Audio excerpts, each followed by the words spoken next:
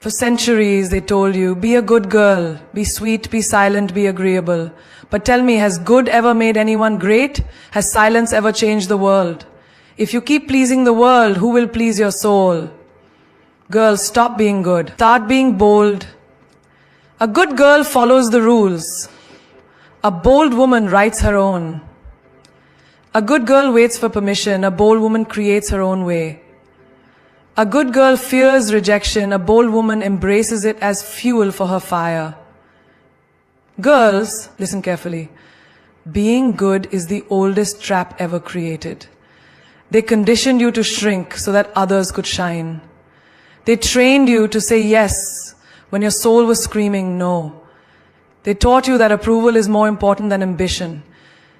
Enough, that time is over. Speak your truth, even if your voice shakes. There will be moments in life when your heart pounds, your hands tremble, and your throat tightens with the weight of words you are afraid to say. But listen to me, say them anyway. Because the truth locked inside you is more dangerous than the fear that holds it back. How many times have you swallowed your words just to keep the peace? How many times have you smiled when you wanted to scream, nodded when you wanted to shake your head, and agreed when every fiber of your being resisted? This is the silent suffering of those who fear speaking their truth. But what has silence ever given you? It has only caged your spirit and handed over your power to others. Imagine a girl sitting in a meeting, bursting with ideas, but she holds back because she fears sounding foolish. Then, minutes later, someone else voices the same thought, and suddenly, it's a brilliant idea. She watches as the moment that could have been hers slips away. This is what happens when you silence yourself. You hand over your opportunities to someone who dares to speak. Think of a woman in a toxic relationship, enduring disrespect because she is afraid to speak up. Every time she wants to say, I deserve better, fear whispers, what if you end up alone? But isn't she already alone in that silence? Isn't she already suffering?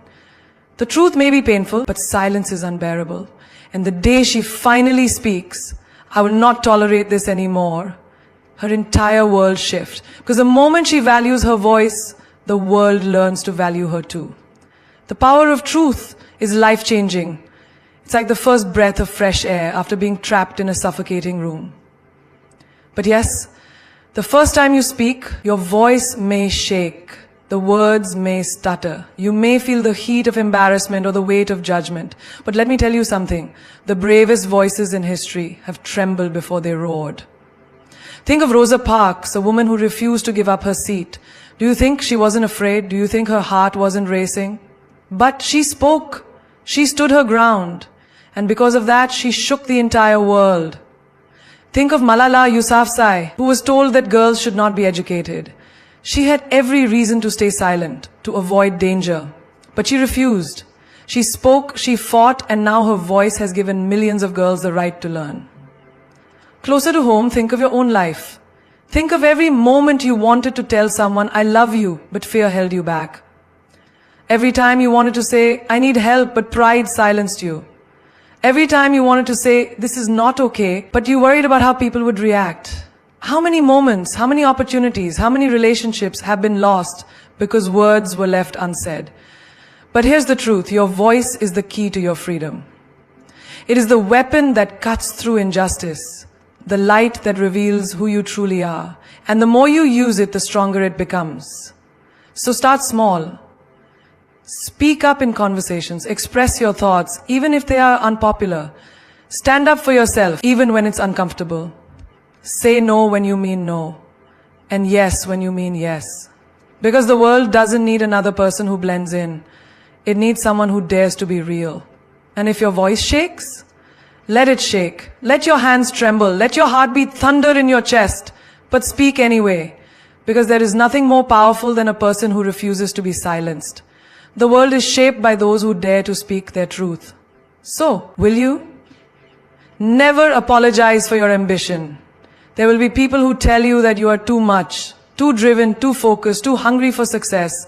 They will try to soften your fire, dim your light, and make you believe that ambition is a flaw instead of the force that moves mountains. But hear me loud and clear.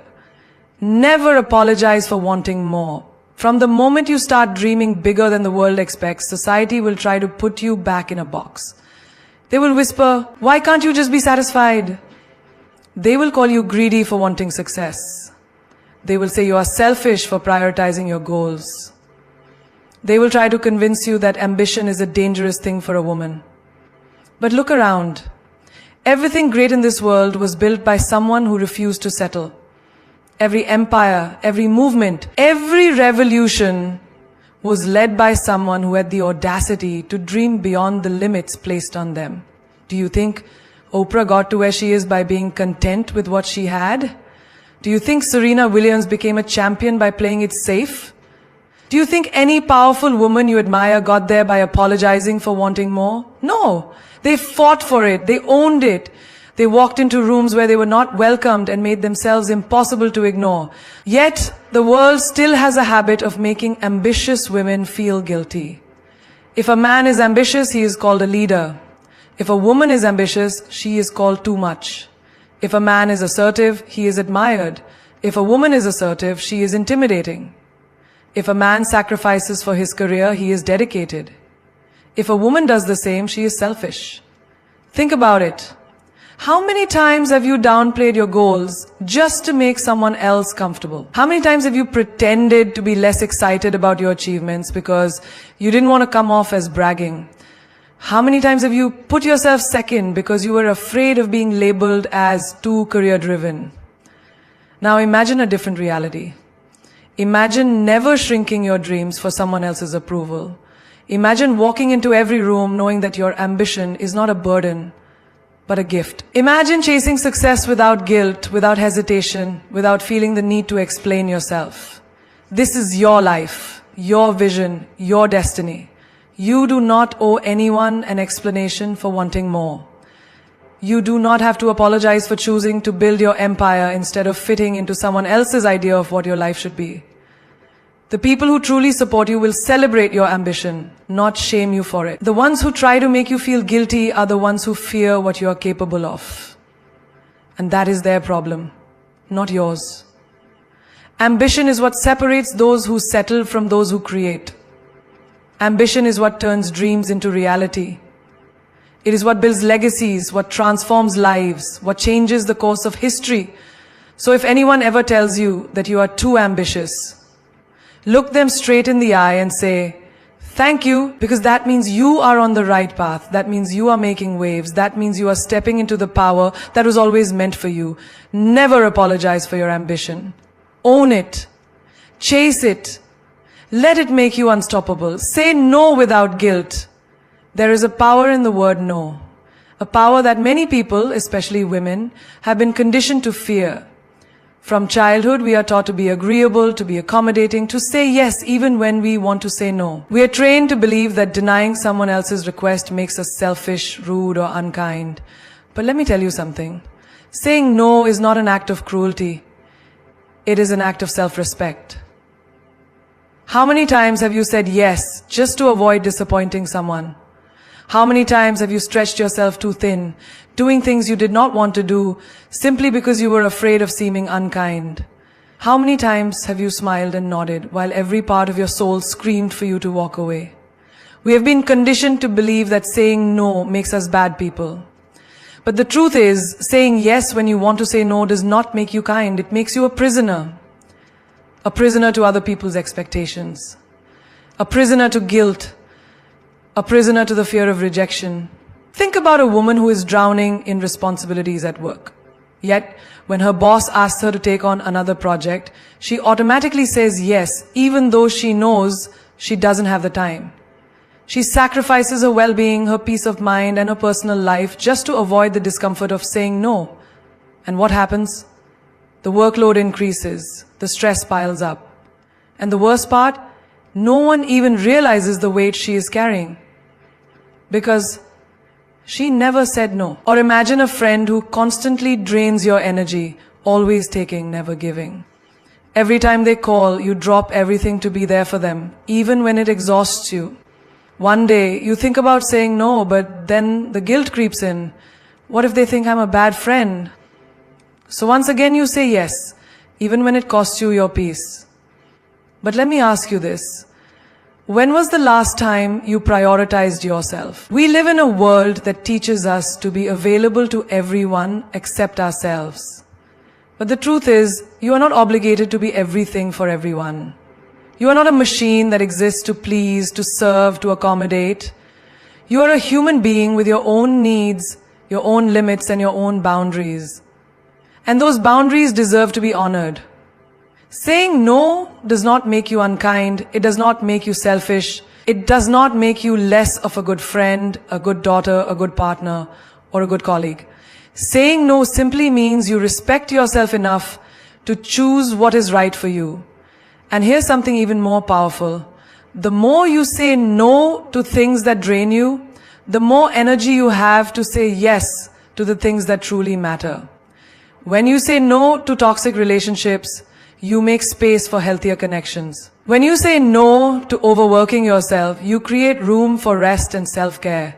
When you say no to distractions, you allow yourself to focus on your true goals. Look at the strongest people you admire. They are not the ones who say yes to everything. They are the ones who set clear boundaries. They are the ones who know their worth and refuse to let guilt manipulate them into overextending themselves. So the next time you feel the weight of guilt pressing on you, remember this. Your time, your energy, and your peace of mind are precious. They do not belong to just anyone who demands them. And if someone gets upset because you said no, that is their problem, not yours. People who truly care about you will respect your boundaries. People who don't, they were never worth your yes in the first place. So say no without guilt. Say it boldly. Say it with confidence. Say it knowing that you are choosing yourself. And that is the most powerful choice you will ever make. Make choices that serve your growth, not others' expectations. Your life is yours to live. Yet, how many times have you made decisions based on what others expect from you rather than what you truly desire? How many times have you shaped your dreams, your career, your relationships, and even your personality to fit into a mold that was never meant for you? It happens so often that people don't even realize they are doing it. We are born free. But from the moment we start understanding the world, society begins placing expectations on us. Parents expect one thing, teachers expect another, friends, culture, traditions, and even strangers all have their own ideas of who we should be. And slowly we start making choices not for our own growth, not for our own happiness, but to keep everyone else happy. A woman who dreams of becoming an artist ends up in a corporate job because her family believes art is just a hobby, not a career. She tells herself, it's fine. I learned to love this path. But deep down, a part of her feels like it's suffocating. Every day she wonders, what if I had chosen differently? A girl in a relationship feels pressured to settle down because everyone around her is getting married. She isn't ready, but the world keeps telling her, you're getting older, it's time. So she ignores her intuition, says yes, and spends years wondering why happiness still feels so distant. A man loves music, but is told it's not a real job. So he buries his passion and follows a path that makes his parents proud but leaves him empty. Years later, he watches someone else live his dream and asks himself, why did I let them decide my future? This is what happens when we let expectations control us. We become visitors in our own lives. We follow a script that was never written for us.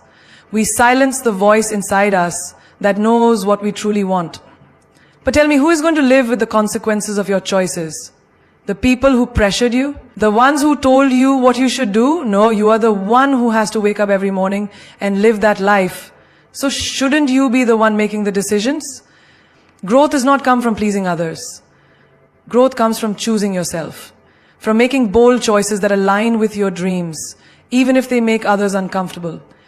It comes from stepping away from paths that don't serve you, no matter how many people expect you to stay. It is not selfish to choose a life that makes you happy. It is not selfish to follow a dream that others don't understand. It is not selfish to make decisions that serve your future instead of someone else's comfort. In fact, it is the greatest act of self-respect. The people who truly love you will want to see you fulfilled, not just obedient.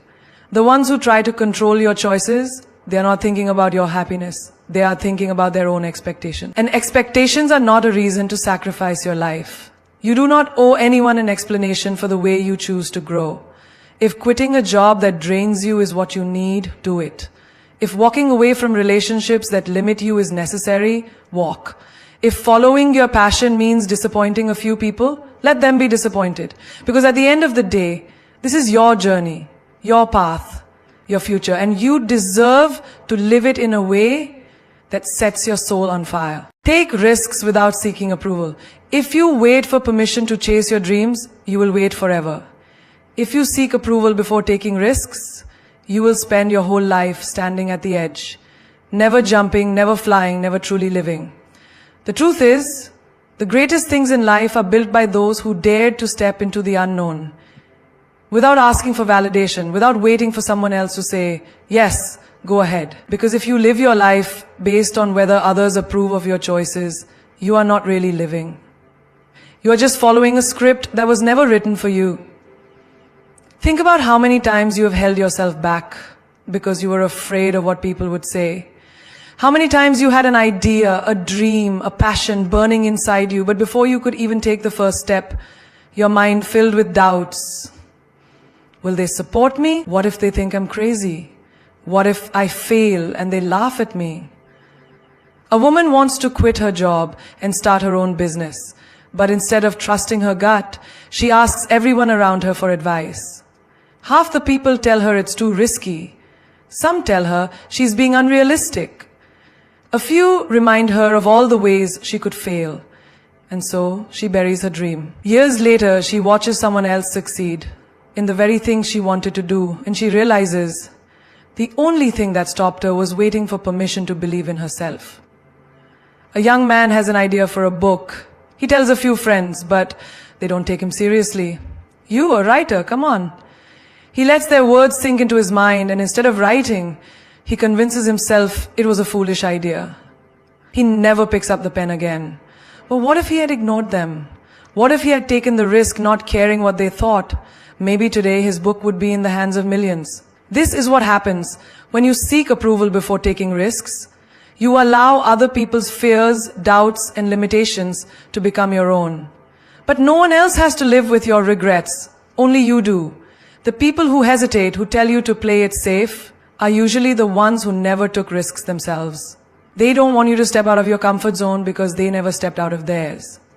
But do you really want to shape your life based on the fears of others? Every great success story is a story of someone who took a risk despite the doubts, despite the critics, despite the fear. Do you think Elon Musk asked for permission before building Tesla? Do you think Beyoncé asked the world if it was okay for her to dominate the music industry? Do you think Oprah waited for approval before creating her empire? No, they took risks. They bet on themselves. And that's exactly what you need to do. Stop waiting for everyone to understand your vision. Stop looking around for a nod of approval before you take the leap. The only approval you need is your own. The world belongs to those who are bold enough to act. So take the risk. Step into the unknown. Trust yourself enough to go after what you want, even if no one else sees the vision yet. One day they will, and when they do, they will wish they had believed in you the way you believed in yourself. Own your body, your desires, and your identity. From the moment you are born, the world begins to place labels on you. It tells you how to dress, how to behave, what to desire, and even what kind of person you should be.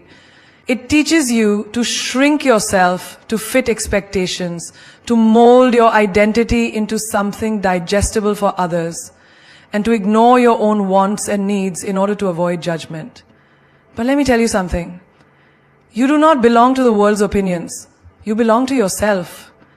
Your body is yours, not society's, not a magazine cover's definition of perfection, not an object to be judged, criticized, or controlled. Every curve, every scar, every inch of your skin carries the story of your existence, and you do not need permission to embrace it.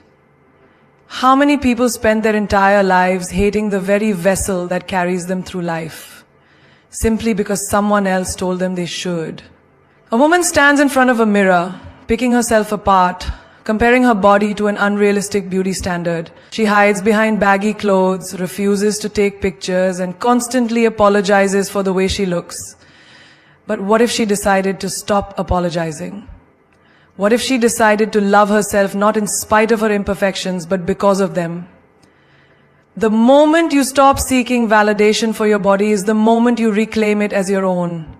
And your desires, your passions, your ambitions, your wants are not shameful. How many times have you held back from going after something you truly wanted because you were afraid of what people would think? How many times have you been told that your desires are too much, too bold, too different? Women especially are conditioned to suppress what they truly want. They are taught to be nice, to be agreeable, to not be too ambitious, to not ask for too much. A girl who dreams of traveling the world is told, "That's not practical, settle down and get a normal job." A woman who knows she doesn't want children is told, "You'll change your mind." A young professional who wants to negotiate a higher salary is told, "You should just be grateful for what you have." Do you see the pattern? Every time you try to own your desires, the world tries to silence you. But the only person who has to live with the consequences of suppressing your dreams is you. And then there's your identity, the essence of who you are. People will try to define you based on their own limited understanding. They will put you into boxes, categories, and expectations that make sense to them. But you're not here to be easily understood. You are here to be fully yourself. Think about the people who inspire you the most. Are they the ones who fit in, or are they the ones who dared to be different? The ones who embrace their quirks, their uniqueness, their truth without apologizing for it. Those are the people who change the world, not because they waited for permission, but because they had the courage to own themselves completely. So own your body, love it, move it, celebrate it. Own your desires, chase them, speak them, never shrink them. Own your identity, define it for yourself, and never let anyone tell you who you should be. Because at the end of the day, the greatest power you will ever hold is the power to be unapologetically you. Embrace fear as your greatest teacher, fear. The invisible force that holds so many people back from living the life they truly desire. The voice in the back of your mind that whispers, "What if you fail?" The sinking feeling in your stomach that stops you from taking a risk, speaking your truth, or stepping into the unknown. Fear is often seen as the enemy, something to be avoided, something to run away from. But what if I told you that fear is not your enemy at all? What if fear is your greatest teacher, the one force in your life that is constantly pushing you toward growth? Think about the moments in your life when you have been most afraid. Maybe it was the time you had to make a decision that could change everything. Maybe it was standing up for yourself when everyone expected you to stay silent. Maybe it was walking away from something familiar, knowing that comfort is not the same as happiness. Every time you have felt fear, it was not because you were weak. It was because you were standing at the edge of something greater. A woman dreams of starting her own business. She has the skills, the passion, the vision, but every time she thinks about taking the leap, fear grips her. What if I fail? What if people don't support me? What if I'm not good enough? She lets the fear consume her, and so she waits. And waits. And waits. Years go by, and one day she realizes that the only thing standing between her and her dream was fear. A young girl is offered an opportunity to move to another city for a job she has always wanted. But she hesitates. What if I don't make friends? What if I'm not capable? What if I miss home too much? The fear of change, of the unknown, keeps her stuck in a life that no longer excites her. A man is in a toxic relationship. He knows it's destroying his spirit, but he is afraid of being alone. What if I never find someone else? What if leaving is a mistake? And so he stays. Not because he is happy, but because fear tells him it's safer to stay miserable than to step into the unknown. Do you see the pattern? Fear is always there when you stand on the edge of something new, something bold, something that demands your courage. But what most people don't realize is that fear is a signal. It's not telling you to run away, it's telling you that this is exactly where you need to be. Fear is like fire. It can either burn you or forge you into something stronger. It can either keep you stuck or teach you how to move. The difference lies in how you choose to face it. Instead of seeing fear as a stop sign, see it as a doorway.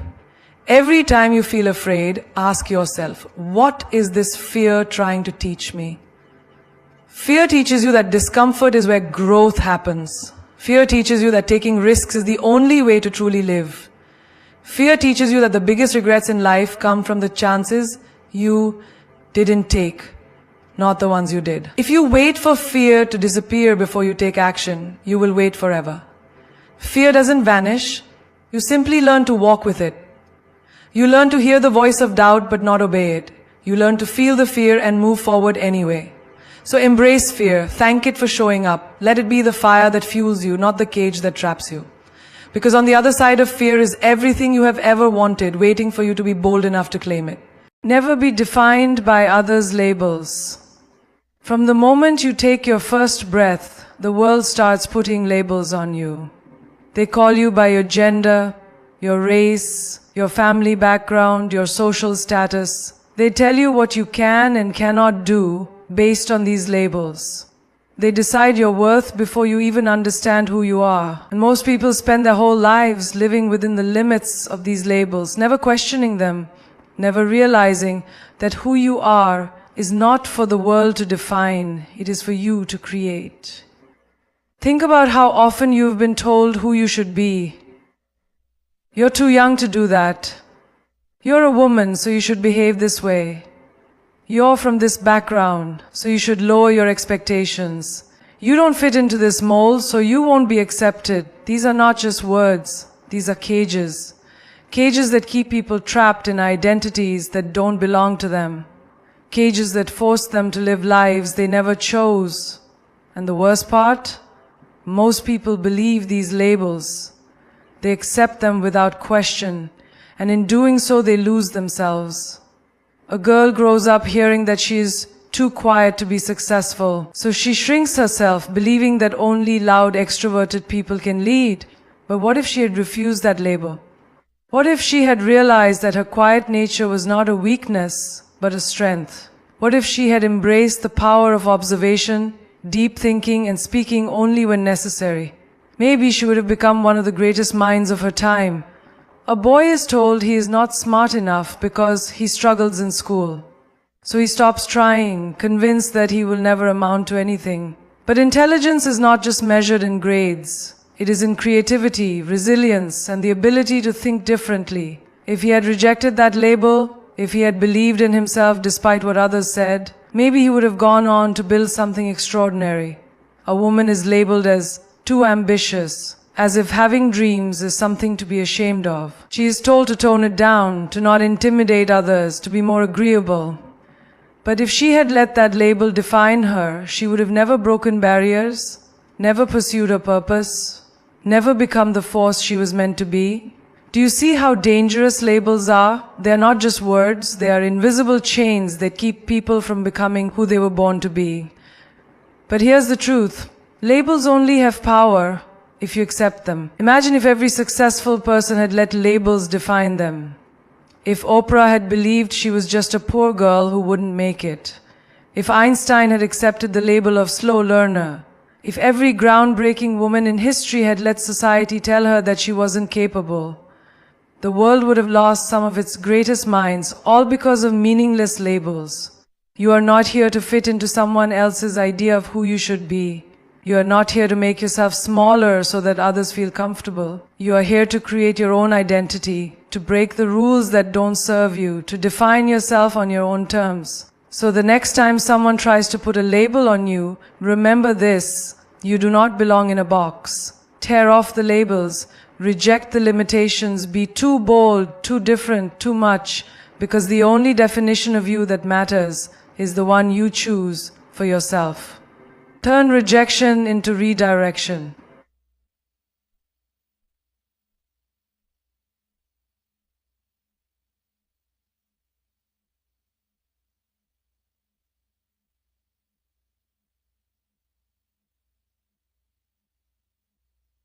Rejection feels like you're not enough, like you have failed, like life is punishing you. Rejection feels like your birth, like your word, like your dreams and your redirection. Rejection feels like you're not enough, like you have failed, like life is punishing you, and like you are not enough, like you have failed, like life is punishing you. But what if rejection isn't the end? What if rejection is actually life's way of redirecting you to something far greater than what you were asking for? Think about it. Every time you have been rejected, something else has come along in its place. Maybe not immediately, maybe not in the way you expected, but always in a way that made sense later. The problem is, most people don't see it that way. They take rejection personally. They see it as proof that they are not worthy, that they should give up, that they are not good enough. And in doing so, they miss the lesson that rejection is trying to teach them. A woman applies for her dream job. She prepares, she gives her best in the interview, and she walks out feeling confident. But then the email comes. We regret to inform you. She is crushed. She wonders if she will ever be good enough. But what she doesn't know is that 6 months later, a better opportunity, one she never even considered, will come knocking. And it will change her life forever. The rejection was never about her being unworthy. It was life saying, not this one, I have something better for you. A man falls in love. He gives his heart, his time, his energy, but one day, the person he loves walks away. He's shattered. He wonders if he wasn't lovable enough, if he could have done more. But what he doesn't realize is that this rejection is making space for someone who will love him in a way he has never known before. The pain feels unbearable now, but it is simply redirection in disguise. Rejection is not failure. Rejection is life's way of removing what is not meant for you, what is too small for you, what is not aligned with your